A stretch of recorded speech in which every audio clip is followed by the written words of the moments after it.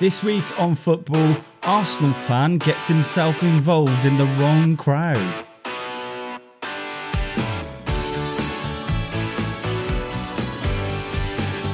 Amad Diallo lights up Old Trafford.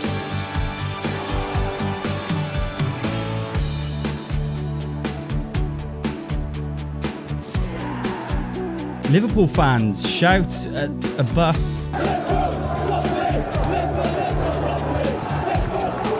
Jose Sarr lets loose on his own supporters.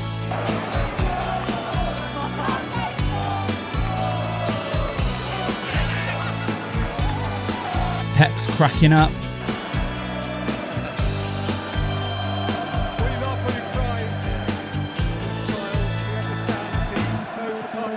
Salah and Van Dijk on Pundit Watch.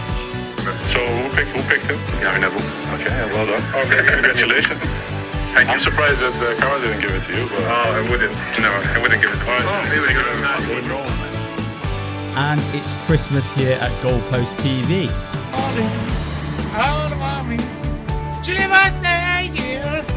Having fun. It's a season. I'm understanding. Ain't a Christmas, everyone.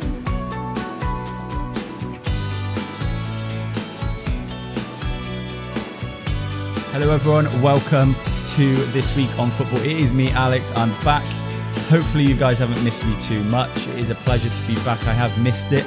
It was only 1 week away, but it's like the first week away in forever. We've got a lot of things to now catch up on. I've got my weekend treble, that's at the end of the show, so make sure you stay tuned. I've got my team of the week as well. Hopefully, if you have already, great. Subscribe to me on TikTok or followed me on TikTok. I'm over there. It's at Alex Goalpost. You can find us on Instagram at Goalpost TV, or you could just do the noble, good, kind thing and subscribe here and like this video. That would be great as well. It's up to you. It's your call. I would if I was you, because I think it's polite, you know. But yes, I'm excited. It's not just because it's Christmas, which I am excited about, but I'm excited because there's a new Messi. And this guy is not Argentinian, he's Brazilian. And yeah, we've got another superstar. And I'm not talking about Endrick. Endrick's old news. He's 17 or 18 years old now. I think he's just turned 18. Yep, old news. This new Brazilian wonder kid is something special. His name is Estevão. Estevão is 17 years old. He scored and assisted 21 times in just 29 games already in the top flight in Brazil. He is something special, and they're comparing him to Messi already. Messinho is what they're calling him. Now, I have took the opportunity to make sure that, you know, this guy isn't a bluff and he is going to be as big as what they think that he's going to be. But I took that opportunity and I went and I've watched as much as I can on this kid. I've seen his player profile, kind of listened to journalists around the world, and I've really had a good scope out of this kid and thought, you know what, is he going to be all they're hyped up to be? He is that good. When I'm watching him, he is like Neymar. He is almost like Messi, the turn of pace, that kind of low center of gravity, but he's not really small. He just feels like Neymar reborn. And obviously they've nicknamed him Messinho after Messi. That is going to get people talking about him, and rightly so. He's already made 4 appearances for the Brazil national team. Now, Brazil are known for getting their youngsters in early and making sure they're well equipped and ready to play for the national team at such a young age, which has always really been successful. You look at the players of the past, the ones that they've hyped up, the Neymars turned out to be a success. Vinicius Jr. turned out to be a success. Rodrigo, talking about him like he's going to be the next big thing, turned out to be a massive success as well. And then you've got Endrick in his first year at Real Madrid, and now you've got another one. I mean, it's like they just produced them on a factory line. It's incredible. But this kid looks different. He does look like I said, Neymar. He does look a little bit like Messi, but he gives me that feeling of confidence when he's on the ball. Feels like he's got that turn of pace. He can get away from a player, but his belief in himself is insane. The closest thing I'd actually compare him to him at the moment is Lamine Yamal, where you've got a player who's so confident on the ball against proper blokes as well. Yeah, he's 17, but he's not afraid to mix it. he looks exciting, and I'm really excited about him. But before you guys get too emotionally invested and too excited, I do have some bad news.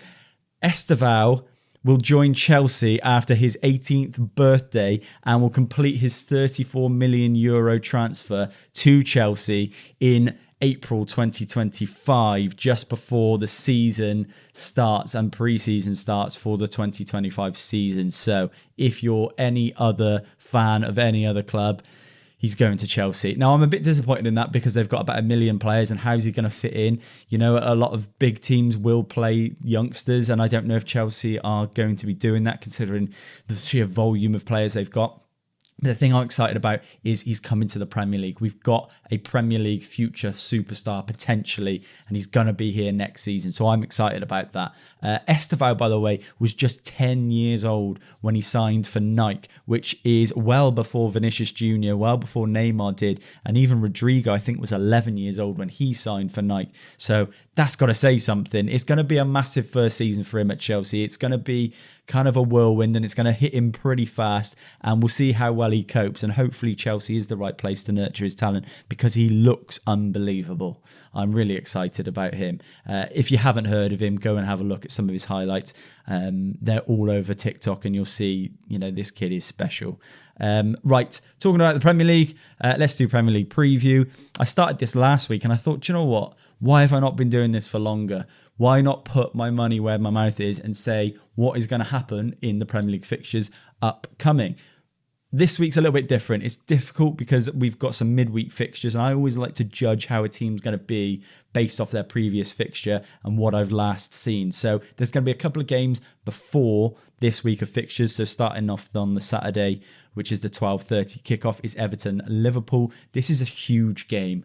Liverpool obviously just off the back of a massive game the weekend just gone against Man City. Massive result. They've had a fantastic week, beating Real Madrid as well. They've got a tough game against Newcastle, and this will probably be around the time that you hear this episode. So, look, I don't know how that's going to go. I actually think Newcastle could get a result, but the way Liverpool are performing is unbelievable. I think Everton, look, they're not a great side. The players 1 to 11 aren't fantastic, and it's difficult to see how they're going to get anything out of this game, even if it is at Goodison. I think, is that going to be the last game at Goodison?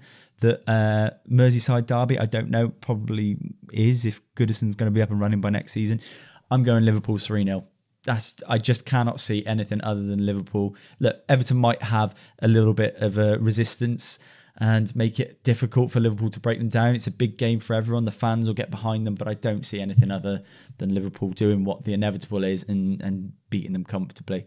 Second game of the Saturday is Aston Villa versus Southampton. Villa need to turn it around. I don't know what it is with Villa. Obviously, the Champions League's become a priority this season, and it's difficult to manage both with a squad that's maybe not as deep as your Chelsea's, Arsenal's, Man United, City's, Liverpool, Tottenham. They're making a good fist of it, but the league form obviously is suffering.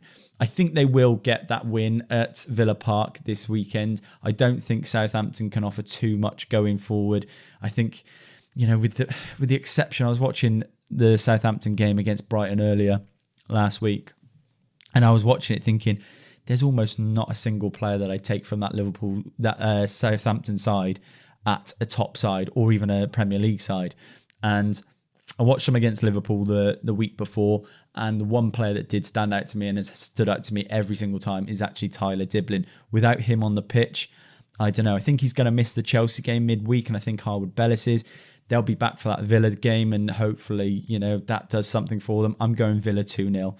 I think it'll be an Ollie Watkins couple of goals maybe, and yeah, I think it'll be a comfortable victory. Brentford versus Newcastle. Brentford have got the most phenomenal home form. I think we're spanning back now to Newcastle being the last team that beat them at the G-Tech, but, you know, Newcastle turning up again. Can they do it? I actually think they'll get a point. I think a point apiece. I think both teams would be pretty happy with that coming away as well. Not to say that Newcastle aren't a good side. I just think they'll go to Brentford. Brentford's home form's phenomenal, and I think both teams will walk away 1-1. Crystal Palace versus Man City. What is happening at Man City? I have no idea.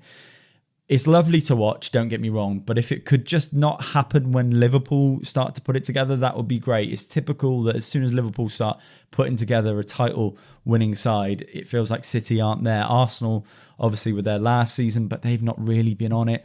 Ødegaard being back will help. But City, something's got to change, and I think it will. I don't think Crystal Palace are all there this season. Something about them just doesn't feel comfortable, doesn't feel right with me, and I really thought they were going to kick on and do well this season. City, I think, will go there and win 3-0. Man United versus Forest. This is a tough one because Forest can play away, and Man United will be a massive fixture for them. They'll think in their calendars at the start of the season, who are we going to play? When are we playing at Old Trafford? When are we play at Anfield? Can we go to the Emirates and get something? You know, Man United is a massive fixture and the worst team out of those three that I've just listed. So I think they can put a performance together. My Man United hat is saying Man United 1-0. I think we'll scrape it. I think there's a good feeling amongst the players at the moment. I think we can get a clean sheet. You know, our defensive record hasn't been terrible this season despite all the what's been going on. It has been pretty in and out. You've had Johnny Evans at left centre-half, then he's played left-back, then Martinez at left-back and left centre-half. Then you've had Dallo in there, Mazraoui in there. The back four's a mess, but it seems to work sometimes. And I think a big part of that, you know, you've got to give credit to the goalkeeper. Andre Onana he's having a great season, and I'm not completely sold on him because there's things that he should save that every other goalkeeper in world football would save, but there's also saves that he's making that are just outrageous, and that is massive. If the Man United defence can look behind you and think, well, we've got a great goalkeeper here who's going to get us out of trouble, which he is doing, that will give them confidence as well. I think Man United will just edge that. Yeah, I'm going to go 1-0. On the Sunday, Fulham versus Arsenal. I've gone Arsenal 2-0. I think Arsenal will win that 2-0 because I think their defence at some point has to turn itself around. I don't think that they've been terrible of late, but prior to that, you know, the West Ham game last week, conceding 2 goals like that, granted one was an outrageous free kick, but letting Aaron Wan-Bissaka score his second goal in a week is madness. I don't know. I think Fulham, for me, are a really good side. Craven Cottage, they've been very good there, and obviously they've got great players that are there to prove a point. Emil Smith-Rowe being one of them, and obviously Reece Nelson and Alex Iwobi as well. You've got some former Arsenal players looking to prove a point against Arsenal. I think Arsenal are just a very strong side. I do think they'll turn it around. I think this is the point where Arsenal put together some performances to really show that they are a title challenger. Martin Ødegaard being back is massive. Saka's in brilliant form. If they had a striker, oh my God, think how good they'd be. Ipswich versus Bournemouth on the Sunday. I'm going to go with an Ipswich win. Ipswich 2-1. I think Ipswich are well overdue a win and a deserved win. I think they're a good team. They're an exciting team. They've stuck to their philosophies, their principles that Kieran McKenna instilled back in, League One. And it's impressive. They've just been on the edge of getting wins and they've had quite a few draws. And unfortunately, the draws, the single points, don't really do much for you in this league. You need a win. And I think at Portman Road, obviously the ground will be rocking on the Sunday. And Bournemouth, good side, but I think they're there to be beat. I think Ipswich can get a result and hopefully they go and get a win because I'd like to see them do well. Leicester versus Brighton. I've gone 2-2. Leicester under Ruud van Nistelrooy, they've obviously got the first game this midweek here where they're going to be playing with Van Nistelrooy on the touchline. I do hope he does really well because he deserves it. He's a great guy. He's a legend of Man United. How it turns out for him as a manager, I actually thought he was really good during his brief spell at Man United. Very calm, very assured, and that showed on the pitch as well. I think Leicester have some good players. Brighton have some really good players. I just think that Ruud van Nistelrooy factor at home, I think it'll be enough for them to get a point. And I've gone 2-2 because I think there'll be goals and Brighton have got some good players. Finishing off those Sunday fixtures, Tottenham-Chelsea. I'm really looking forward to this fixture. This is brilliant. It's notoriously a great fixture. Tottenham with Ange Ball and Chelsea, obviously the football they've been playing under Maresca this season, been really, really good, really strong side. I think Chelsea will have a good effort at the title. I don't think they'll win it, but I think they'll have a title challenge. They look a really good side and a really tough side to beat at the moment. The back four is a little bit hit and miss, but I think they've kind of nailed it with Colwill. They know that Cucurella is going to be playing. They've got their goalkeeper settled in Sanchez. Obviously, they'll play Caicedo at right back and then Gusto at right back and then Reece James at right back. I think that's one position that I'm not sure of, whether they play Disasi or Badiashile in central defence alongside Colwill, I don't know.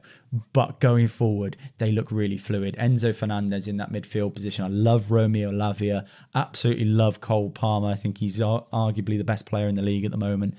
And then Nicholas Jackson is firing, and yeah, he's continuing to score. I think Tottenham are susceptible to a good attacking side. I think Chelsea are that. I think Chelsea are a better, stronger side mentally as well. I see this game being a couple of goals. I think Tottenham might take the lead. I think Chelsea will go and win this comfortably in the end, 4-1. That's what I'm going with. And then finally, the Monday Night Football is West Ham versus Wolves. West Ham, it's time they put something together. I've seen some good performances from West Ham, particularly the Newcastle game away at St James's Park a couple of weeks ago, or a week ago now. They were really, really good, and it's really, really nice to see a side when they get the ball, they're 1-0 up or 2-0 up, and they still continue to try and play. West Ham did that at St James's Park, and it paid dividends. The way they did it, when Fabianski got the ball, he held the ball, and he was already looking for passes, releasing the ball quickly to his defenders to build play and make some sort of threat to a Newcastle side that was trying to pile on pressure. When you don't do that, then particularly at St James's Park, the crowd's just going to get behind them, and it's going to be wave after wave after wave until inevitably the opposition team scores. West Ham kind of acknowledge that, and I really like that from Lopetegui. He's been under a lot of pressure, the manager, but I really appreciated that. Look, the Arsenal game, Arsenal can go and beat anyone comfortably. The 5 is a bit ridiculous, but at the same time, West Ham have, they're not filled with confidence. I do think that West Ham game for them at the Olympic Stadium against Wolves, a side that can concede goals, I think West Ham will go and win this 3-1. I think they can score goals. Jared Bowen's well overdue a couple of goals. I think Mikel Antonio could get a couple, whether it's against Leicester this week or maybe against Wolves. I think they'll win that in the end because West Ham have got the players. They've got one of the best sides in that kind of in between relegation and top 4, I would say, going. I really love their team. Some players that I would take at probably a lot of top 4, top 6 teams. Paqueta, Jared Bowen, absolutely love Somerville. Obviously a massive signing for them in the summer. Kilman's been really good, and unfortunate that kind of it's not worked out at West Ham so far. He's a top player. Aaron Wan-Bissaka, I absolutely love Aaron Wan-Bissaka. Was gutted when he left Man United. Yeah, some really good players, and I think deserve to get themselves going this season. I think they will. Right, let's do Team of the Week. It's been a while since I've done a Team of the Week. It's pretty straightforward, as you guys know, if you're a regular listener, that I pick the players that I've seen play 90 minutes, not the ones that I've just seen on Match of the Day. I need to have seen them, experienced it, and seen them from 90 minutes, and then make my opinion. Otherwise, I'm just Garth Crooks in a hat. So, goalkeeper, Kelleher. Top save against De Bruyne at a crucial moment in that massive game at the weekend. I think Kelleher is the best backup goalkeeper in the league by quite a distance. I actually think he would be one of the best goalkeepers in the league if he could play regularly. I do think it is a little bit of justification for the amount of times I have said that Alisson isn't all that. I'm not saying that Alisson's not a good goalkeeper, but Kelleher has stepped in, and time after time he's done more than enough. He's done brilliantly. He's looked like he could take over that number 1 shirt.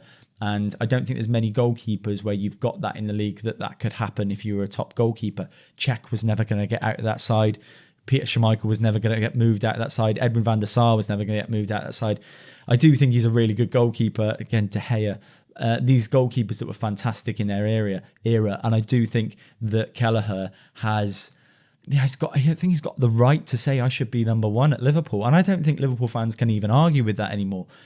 He is a big game player, and that is what you need in a goalkeeper, those big moments. And the De Bruyne one going through 1-on-1, I think De Bruyne probably arguably could have squared it, but it was a massive moment. He was out quickly, smothered De Bruyne, made sure he got the save off, and that was crucial. He also made a massive save in that Liverpool Real Madrid game in the Champions League as well. So these are big moments, and yeah, he deserves to be in that Team of the Week for me, I think. Right back, Amad Diallo. Now, he's a right wing back or kind of right wing midfielder. I don't know how he's deployed in this Amorim system, but it's in the same position that Dalot is on the other side, which for me, it feels like he's a wing back and he's flourishing doing it. I actually think he would have flourished in no matter what position that he'd have played in. If he'd have played at number 10, which he knows, and I think anyone who's coached him and seems to have watched him a lot knows that he can play really well.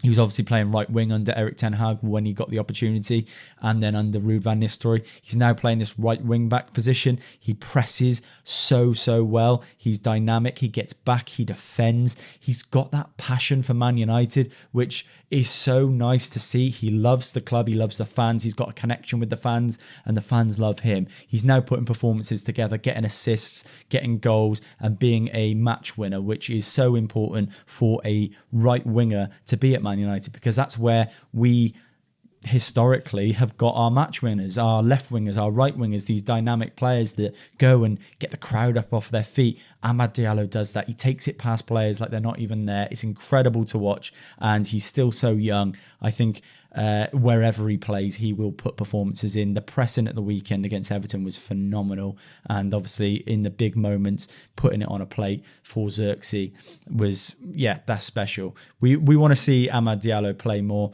There's no way he won't get played, whether it's in a 10, in right wing or right wing back, because he is that good. I'm obviously getting excited hitting my microphone over. No, he's undroppable at this point. Genuinely, what a player, and he's the one positive thing that I'm feeling from this season as a Man United fan. Central defence, let's go with Joe Gomez. You know, he actually hasn't started a game for Liverpool in the Premier League at all this season. And the first one he's asked to do is against Manchester City at Anfield. It's massive. It's arguably a title decider, even if it's as early as December. He stepped up. He put himself in the position, was confident, knew that he had the ability to play there against Haaland, the best striker in the league.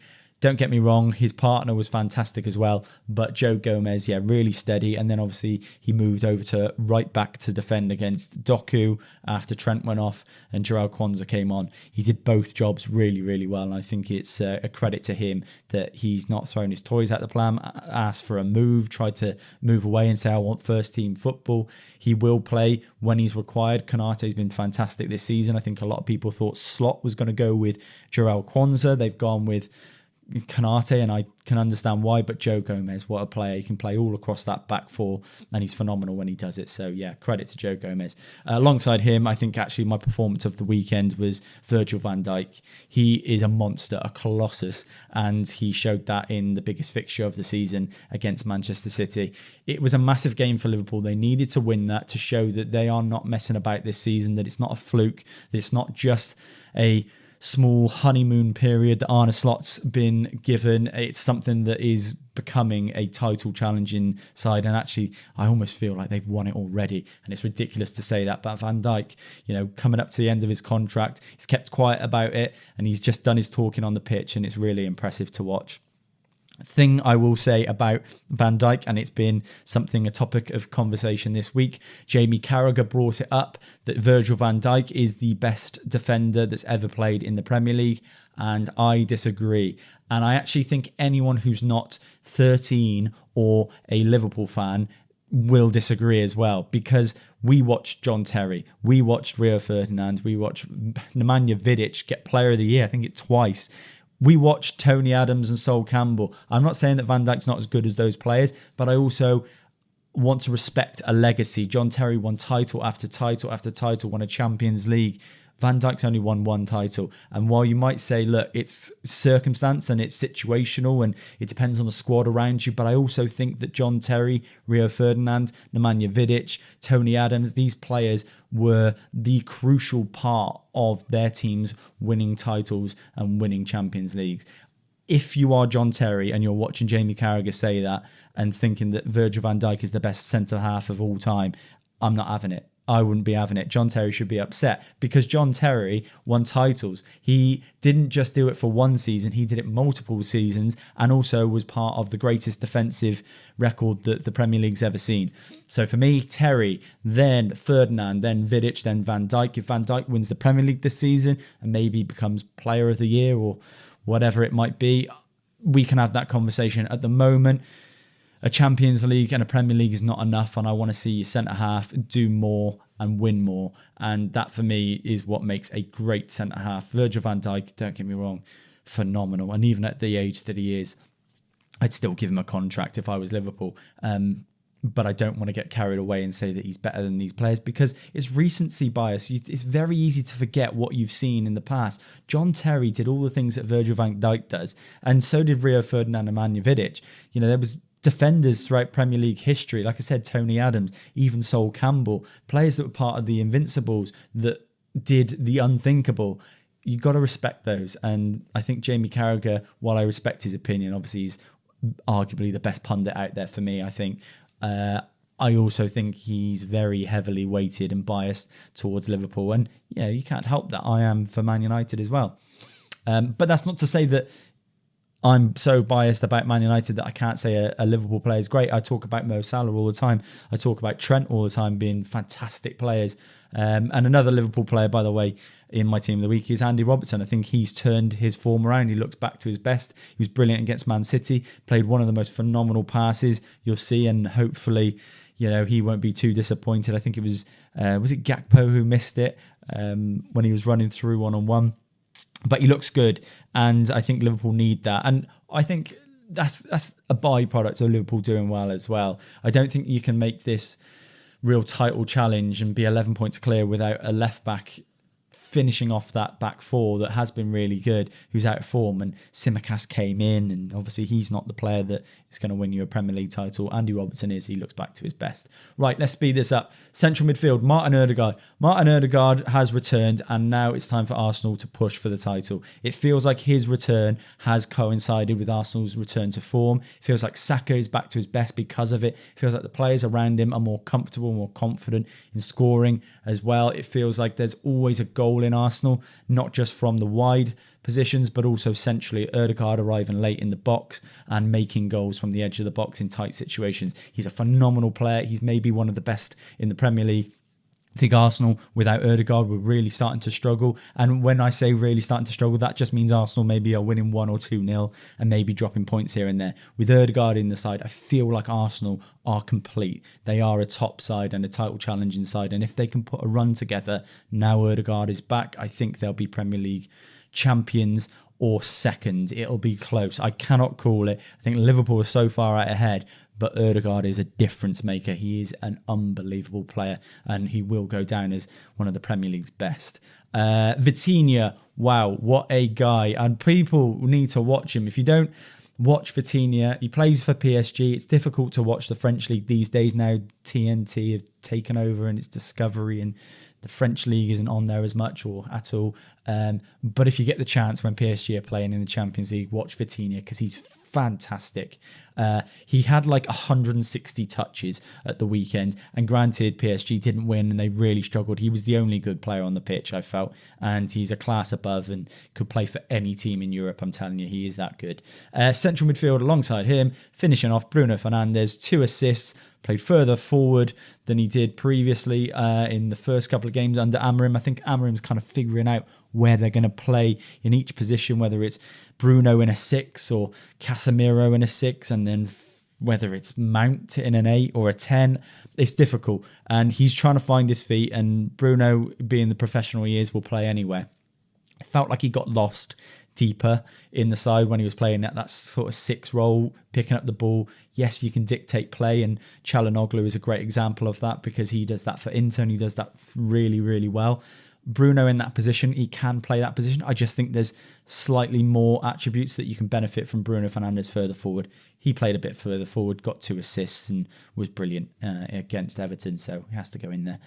Right wing, Tyler Dibling. I've spoken about Tyler Dibling before, and I want to speak about him again. He is one of the best young talents currently in the Premier League. He feels like a Jack Grealish reborn, and he's got that nastiness which I really, really want to see, especially in a young player when you're competing in, the top division. It's physical, it's Premier League football. You need to have a bit about you. He's got that bite about him, but he's fantastic on the ball. He makes a lot of really good decisions despite being so young. I think it's something he's going to work on, obviously, with Russell Martin. Feels like he's got a good relationship with the manager and the team at Southampton, and that they trust him and he trusts them. So it'll be a great time for him to nurture that talent at Southampton, but inevitably it looks like he's going to be moved on.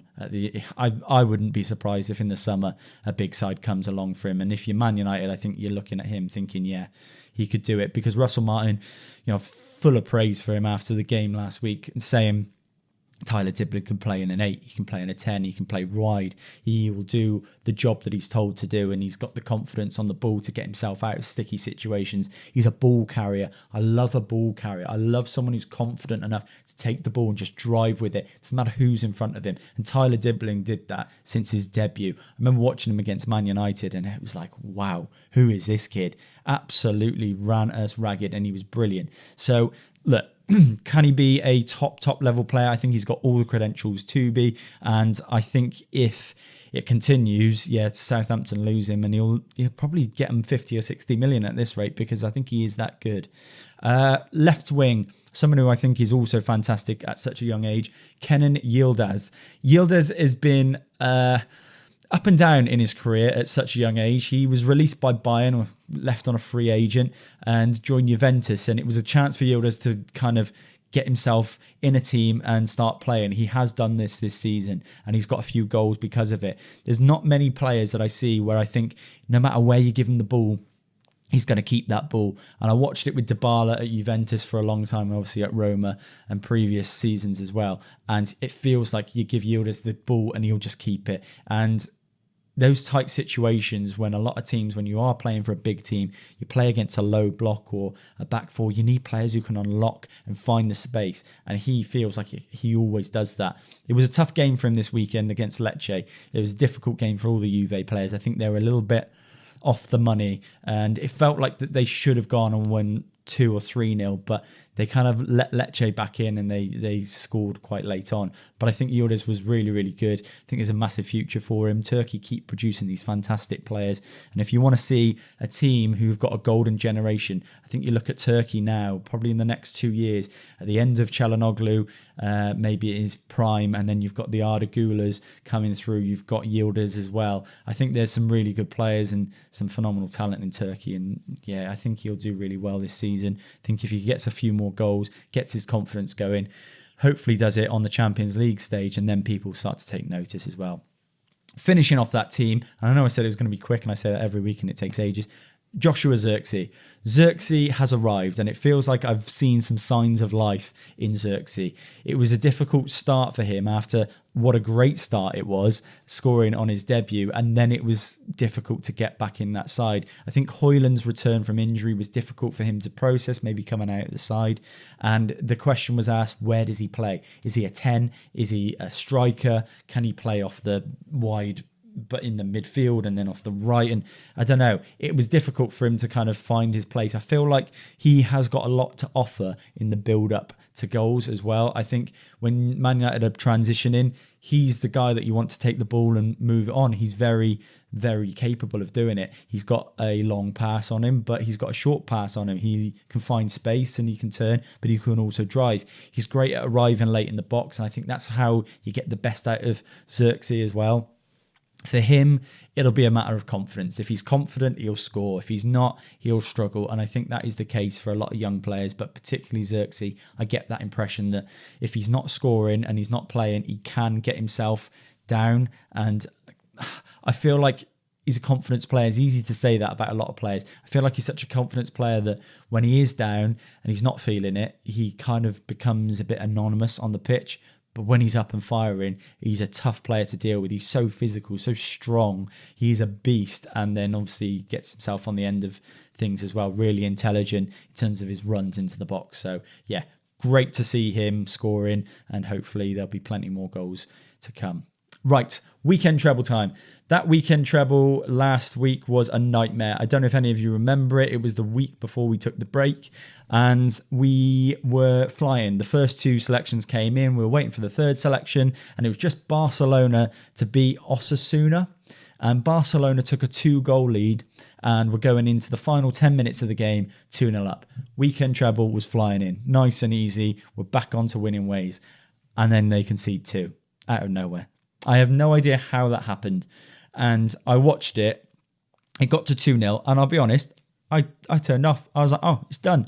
I nearly posted bragging saying, guys, look at me. I've won you another load of money. And then they conceded 2 goals. It's unbelievable. You can't legislate for that. And you just got to keep going. We are doing well. We are still over what I projected at the start of the season. We're £76 up. Look, I just want profit at the end of the season off a tenner. If you had a tenner on every week, you'd be £76 up. Not many interest rates about that do that sort of profit, but here at Goalpost TV, we offer it. Get yourself involved. Just want to say before I do go too hard on this is one of the most difficult trebles that I've picked this week. It was really difficult to find something that I really liked. I have started with a bang. The first selection is Man City to beat Palace away. City have to get themselves together. There's no way Palace beat them. I'm not having it. City go there and win, and they win comfortably. That's my first selection. Second selection, Plymouth versus Oxford, over 1.5 goals. I'd be so confident at this, I'd say over 3.5 goals, but I've gone conservative, over 1.5 goals. There's a lot of goals in this Plymouth side, whether it's conceding them or scoring them. Oxford are no different. Both teams look like they could concede at any minute and score at any minute. So I think there'll be goals in that one. The final one, and I really struggled with the third selection, as I said. I've gone with Bayern to score over 2.5 goals. That's at home to Heidenheim this weekend. If history is correct and football is normal, then Bayern win 9-0 this weekend. It's that easy. Heidenheim concede goals for fun. Bayern score goals for fun. And obviously Harry Kane got injured last week, but I think he'll be back for this game.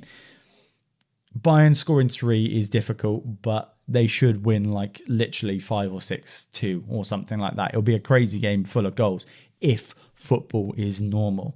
But as we've seen with the weekend trebles, anything can happen with Barcelona conceding 2 late goals and not winning their game at home, which is madness, which actually has coincided with their fall off of form. So that's come out of nowhere, and I think it's my fault. £10 on this week gives you a return of £27.24. We are £76 up, like I said, and that is really good. Look, we're coming up to the halfway point of the season after Christmas, and if you'd have said to me we'll be well in profit at that point, I'd have been happy. I'd have taken it. If you'd have said £20 up, I'd have taken it. So £76 is great. We just need to find a really nice rhythm like we did early in the season where I won 6 out of 7 or something like that. Ridiculous. So we just need to get back to that. Stay with me, stick with me. I am winning you money. Guys, if you haven't subscribed, do it. If you want to like it now. And if you would like to go and follow me on all the other places, it's TikTok, it's Alex Goalpost, it's Goalpost TV on Instagram, and it's also Goalpost TV on TikTok. If you can't be bothered to go onto YouTube and you want to watch our full episodes, they're also on Goalpost TV on TikTok. Thanks once again for joining me. I'll be back next week, next Wednesday, and every Wednesday until the end of the season. It's good to be back.